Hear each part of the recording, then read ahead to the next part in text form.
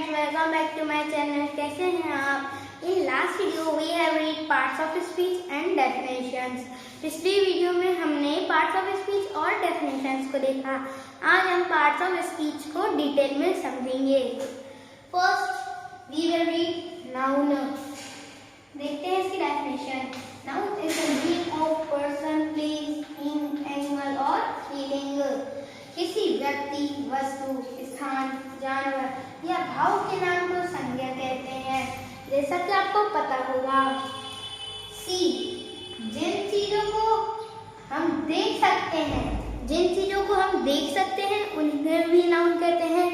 जिन चीजों को हम फील कर सकते हैं उनको भी नाउन कहते हैं, और जिन चीजों को हम टच कर सकते हैं वो भी नाउन में आता है. ठीक है, महसूस करना और अच्छे से समझाता हूँ. सी में पेन, बुक, टेबल, हम इनको देख सकते हैं, इसलिए यह भी नाउन में आते हैं.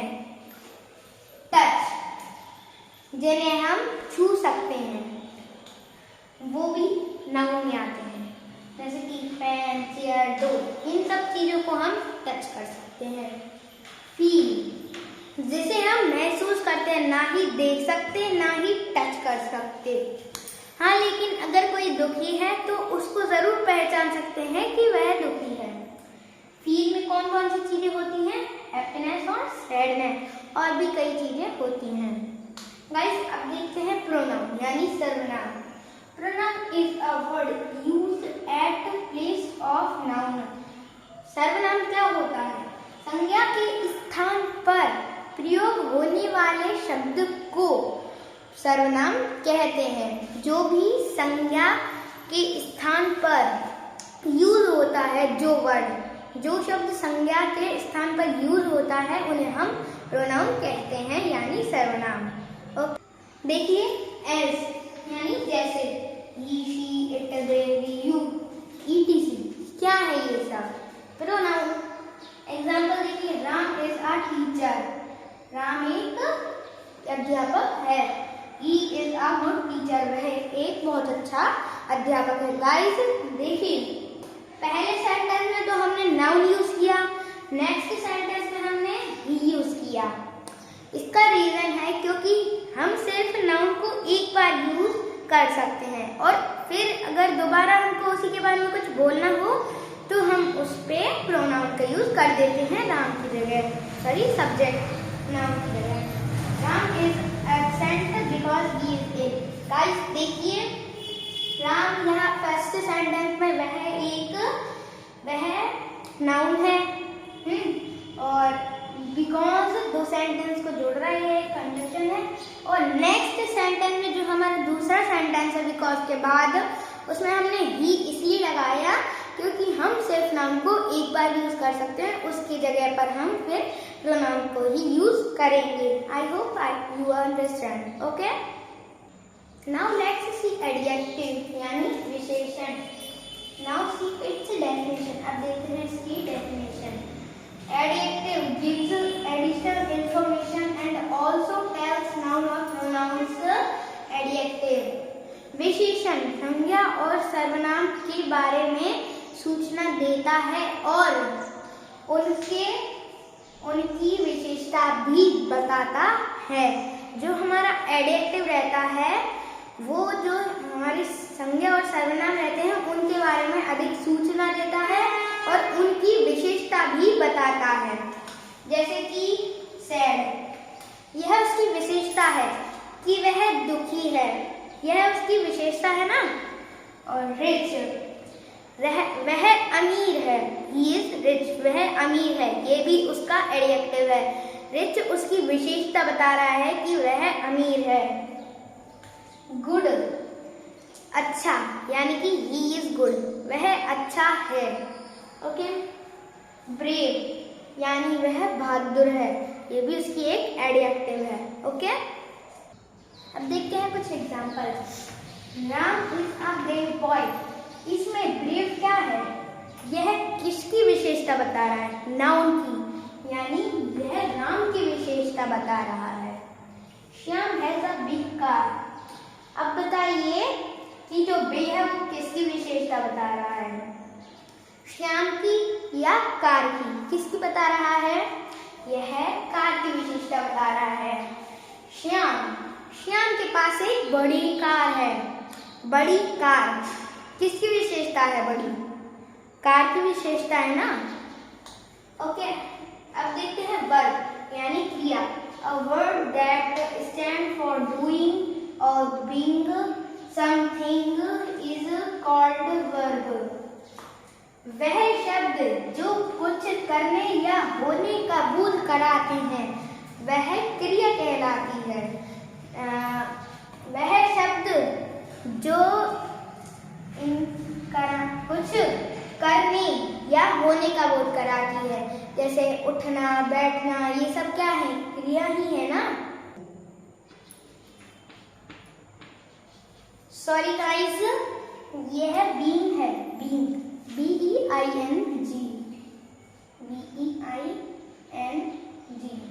बीइंग। ओके गाइस, आप हिंदी वर्ड में क्रिया को ऐसे भी पहचान सकते हैं कि अगर हिंदी वर्ड में आपको लास्ट में ना देखने को मिलेगा, हमेशा क्रिया के अंत में ना देखने को मिलेगा। जैसे कि उठना, ये देखिए यहाँ पर ना आ रहा है, यह एक वर्ब है। बैठना, हंसना, रोना, आना, जाना, चलना, यह सब क्या है? वर्ब है। देखते हैं एडवर्ब। एड मतलब एडजेक्टिव, वर्ब मतलब क्रिया। विशेषण क्रिया, क्रिया की विशेषता। देखिए इसका हिंदी में है क्रिया विशेषण। क्रिया विशेषण यानी क्रिया की विशेषता बताने वाला। Adverb is the word or a group of words that show the quality of verb. जो क्रिया की विशेषता बताते हैं वह शब्द क्रिया विशेषण कहलाते हैं। जो शब्द क्रिया की विशेषता बताते हैं उन्हें हम एडवर्ब कहते हैं। जैसे कि he is very fast, यहाँ पर very क्रिया की विशेषता बता रहा है। Okay, now let's see some example. Sohan writes slowly, यहाँ जो स्लोली है वो किसकी विशेषता बता रहा है? यहाँ पर नाउन या प्रोनाउन की विशेषता नहीं बता रहा, यह राइट्स की विशेषता बता रहा है। क्योंकि ये एडवर्ब है इसलिए ये राइट्स की विशेषता बता रहा है। Ram is showing himself very powerful, Ram अपने आप को बहुत ताकतवर दिखा रहा है। ये जो वेरी है वो किसकी विशेषता बता रहा है? यह पावरफुल की विशेषता बता रहा है। ये जो पावरफुल है वो किसकी विशेषता बता रहा है? यह राम की विशेषता बता रहा है। यानी इसमें दो एडजेक्टिव है।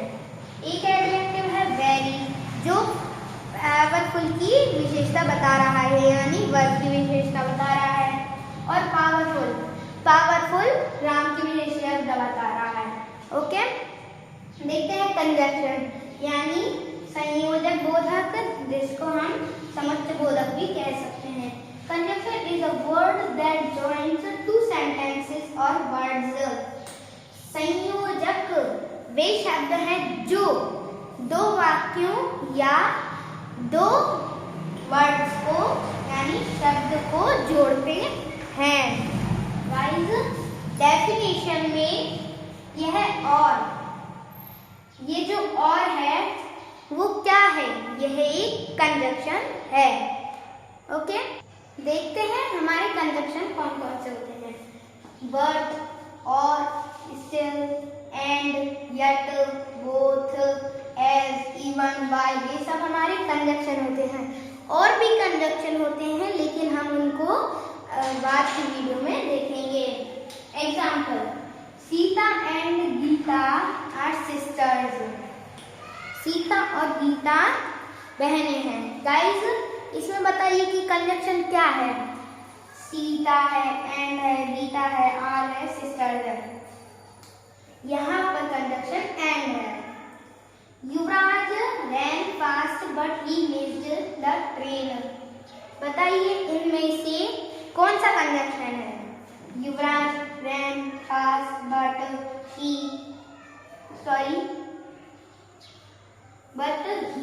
missed the train. युवराज तेज दौड़ा लेकिन उसने गाड़ी को छोड़ दिया। यहाँ पर कंजक्शन हमारा बट है।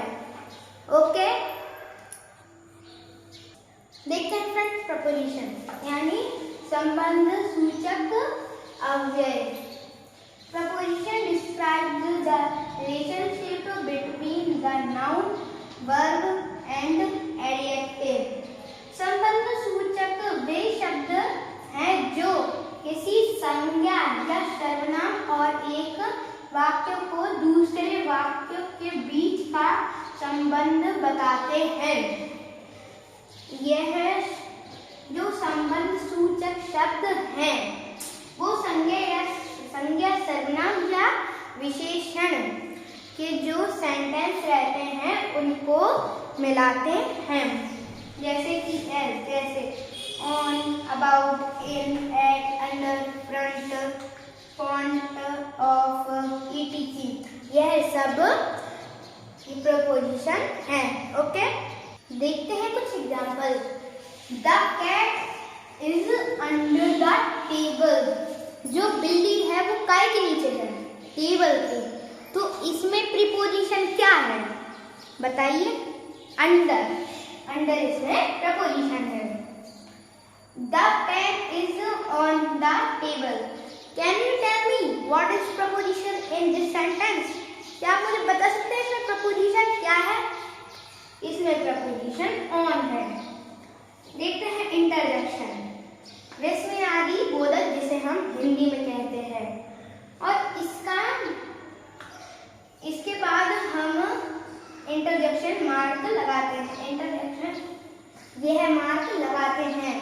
कोई भी इंटरजेक्शन के बाद हम एक्सक्लेमेटरी साइन लगाएंगे, यह कंपल्सरी है। Interjection is a word used to express some sudden feeling, emotion और एक्साइटमेंट। इंटरजेक्शन वह शब्द है जो किसी जल्द ही किसी के फीलिंग यानी भावना, एक्साइटमेंट, खुशी आदि को दर्शाता है, बताता है। गाइस, विस्मयादि बोधक शब्द अचानक आई भावनाओं जैसे आश्चर्य, दुख या खुशी को दर्शाते हैं। जो विस्मय आदि बोधक शब्द होते हैं वो अचानक से आने वाली खुशी, इमोशन, दुख, हैप्पीनेस उनको दर्शाते हैं। जैसे कि देखिए, hurrah, we won the match. तो यहाँ पर हम एक्सक्लेमेटरी साइन लगाएंगे। हमने मैच जीता, वाव, हमने मैच जीता। हम कभी कभी ऐसा कहते नहीं, अचानक से फीलिंग आती है हमको, वाव, हमने मैच जीता, hurray, we won the match, wow, what the car. यह भी एक अचानक वाली फीलिंग है, वाव, यह कितनी अच्छी कार है। हम कभी कभी ऐसा बोलते हैं। Okay, articles. The word a and the are called articles. Articles क्या होते हैं? ए, एंड और द शब्द को हम आर्टिकल कहते हैं। जैसे a book, an egg, the Taj Mahal. Guys, ये भी देख लीजिए कि यह तीनों कहाँ लगते हैं। ए तो लगता है जहां पर कॉन्सोनेंट साउंड हो वॉवल, लेकिन आई कॉन्सोनेंट साउंड, और कॉन्सोनेंट की और कॉन्सोनेंट साउंड आई, वहां पर हम ए लगाते हैं। और जहां पर कॉन्सोनेंट हो और वहां पर वॉवल साउंड आ रहा है तो हम वहां पर एन लगाएंगे, और वॉवल हो तब भी हम एन लगाएंगे। ओके, द, जैसे कोई फेमस चीज या सिर्फ दुनिया में एक हो, जैसे कि द ताजमहल, यह फेमस चीज है। और द यूनिवर्सिटी, यह एक चीज है। द सन, यह फेमस चीज है और एक चीज भी है, तो हम यहाँ पर द लगाएंगे। एग्जाम्पल देखिए, आई हैव अ बुक, मेरे पास एक बुक है। ओके गाइस, इस वीडियो में बस इतना ही। अगर आपको आई होप आपको ये सब चीज समझ आ गई होगी। अगर नहीं आई तो प्लीज़ कमेंट में जाकर मुझे कमेंट कर बताएं। अगर आपने मेरे चैनल को सब्सक्राइब नहीं किया है तो प्लीज़ सब्सक्राइब कर दें, बेल आइकन को प्रेस करें। Bye bye, have a nice day.